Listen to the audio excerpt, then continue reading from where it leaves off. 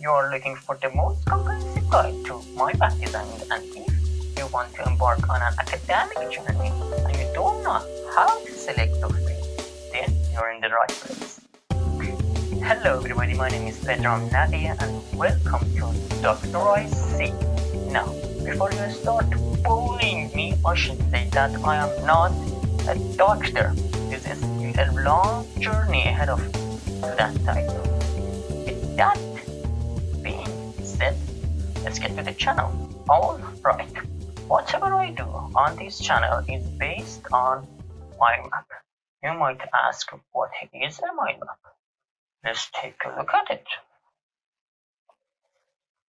This is a big picture of a mind map.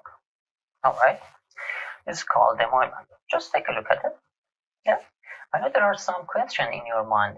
Let me give you some quick answer. You might ask, what is a mind map? It's just a set of information connected to each other in a graph format. Why do we need mind map?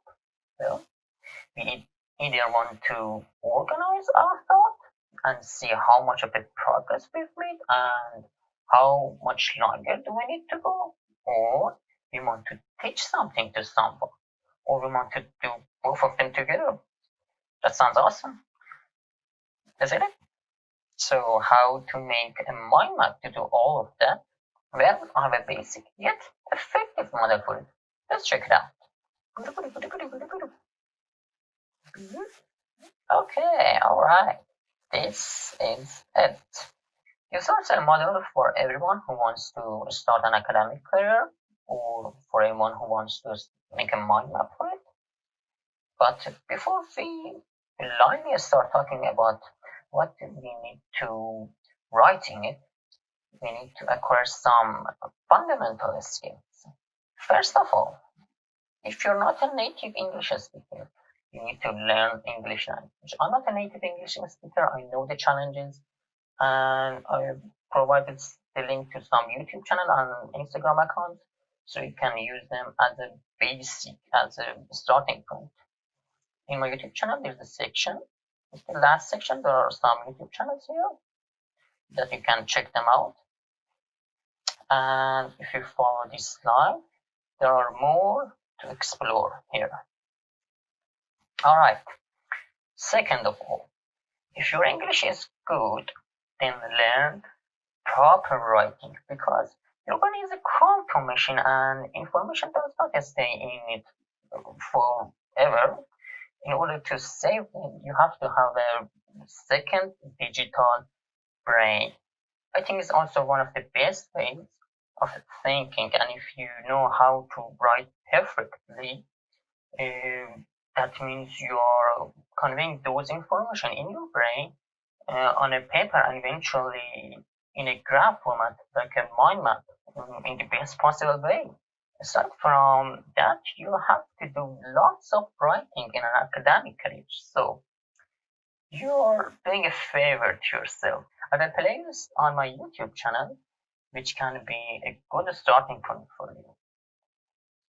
They are all here. There are more playlists that I will talk about them. And third of all, after that, you have to learn proper and effective speaking. You might say, hey, wait a second, what the hell is that supposed to do with mind map design? Let me tell you why.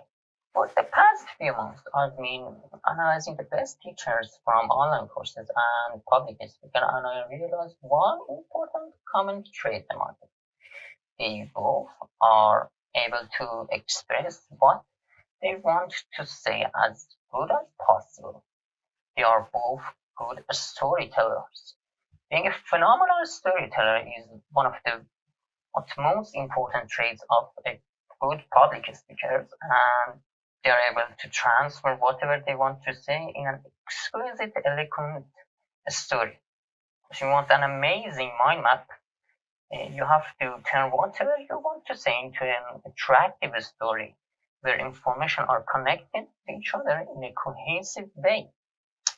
There are, of course, more techniques to public speaking and teaching, but this is the most important. This is the most important one of them. To make your job easier, I've made several playlists from the experts on this topic. Watch them all, spend your time practicing those techniques. It's definitely worth your time. They're all in this part. And the last skill that I haven't showed it here, is critical thinking, which means asking what, why, how in every section. It's just one of the learning techniques, and the best way to learn something is to teach it. So by being able to identify what is the best way to teach this subject, does it matter to my audience? Does it provide the value for my audience? You make the best mind map. You have no idea about this technique, I highly recommend you to watch the writing task of AE Help. They are amazing. It's a channel for IELTS. He will teach you this skill in the best possible way. All right, moving to the actual part of mind map designing. In order to do that, you should have a beginner mindset. Let me ask you a question.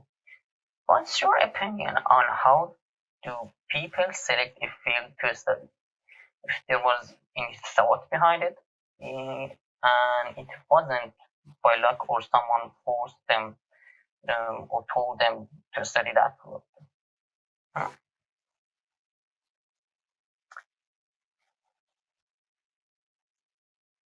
Well, they look at the potential features in that field. The worst way is to just look at one company from that field. For example, you say, I want to work in Apple Park. No, don't do that. You should always have some backup plan. Only choosing one company doesn't help you.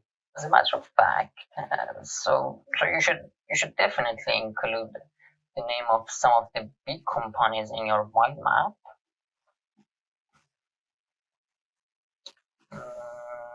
Like this.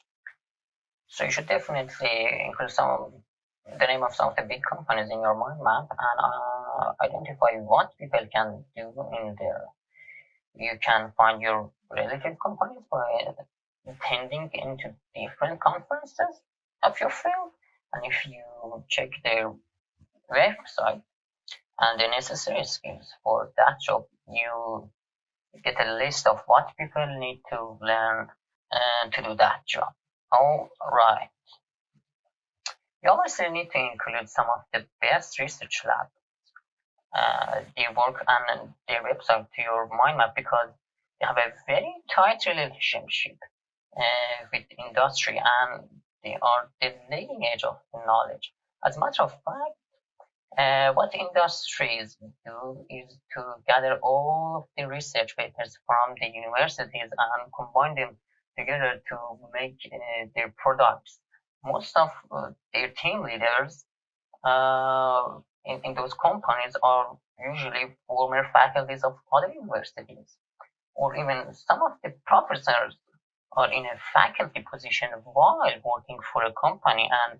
And there's and here's the interesting part: when they work get too interdisciplinary, they will make a new field of study in that university targeted to their work. As you can see, some of them here. All right, to the main part of the mind map, which I call it the trunk of your mind map, because it's like a tree of knowledge and skills you learn. It's like a trunk in that tree here.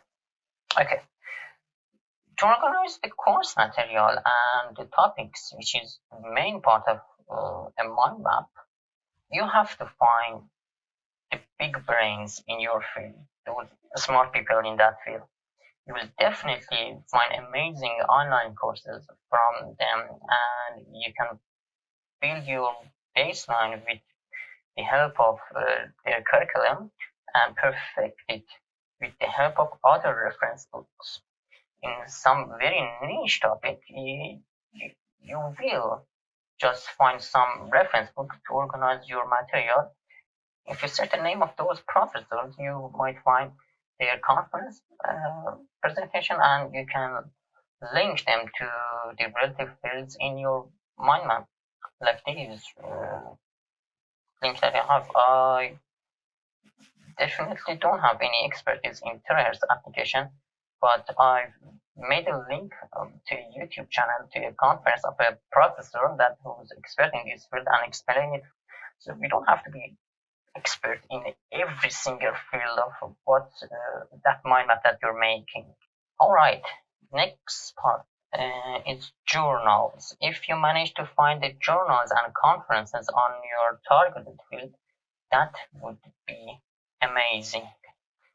Oh, let me show you here. For example, something like this.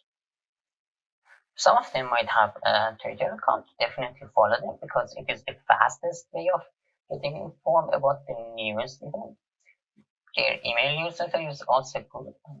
To subscribe, one last thing, always include a main trajectory in your mind map to indicate the flow of the information, your knowledge. Like this, you can see the biggest line here. It's divided into two sections, and the main points are defined like this. And everybody can understand what the main goal of this mind map is. By the way, if you want to know more about online facilitation and what else can be done with Miro, definitely check their YouTube channel. They have lots of workshops in there. However, my point of view is a bit different to Miro. My main focus is Mindmap for academic field.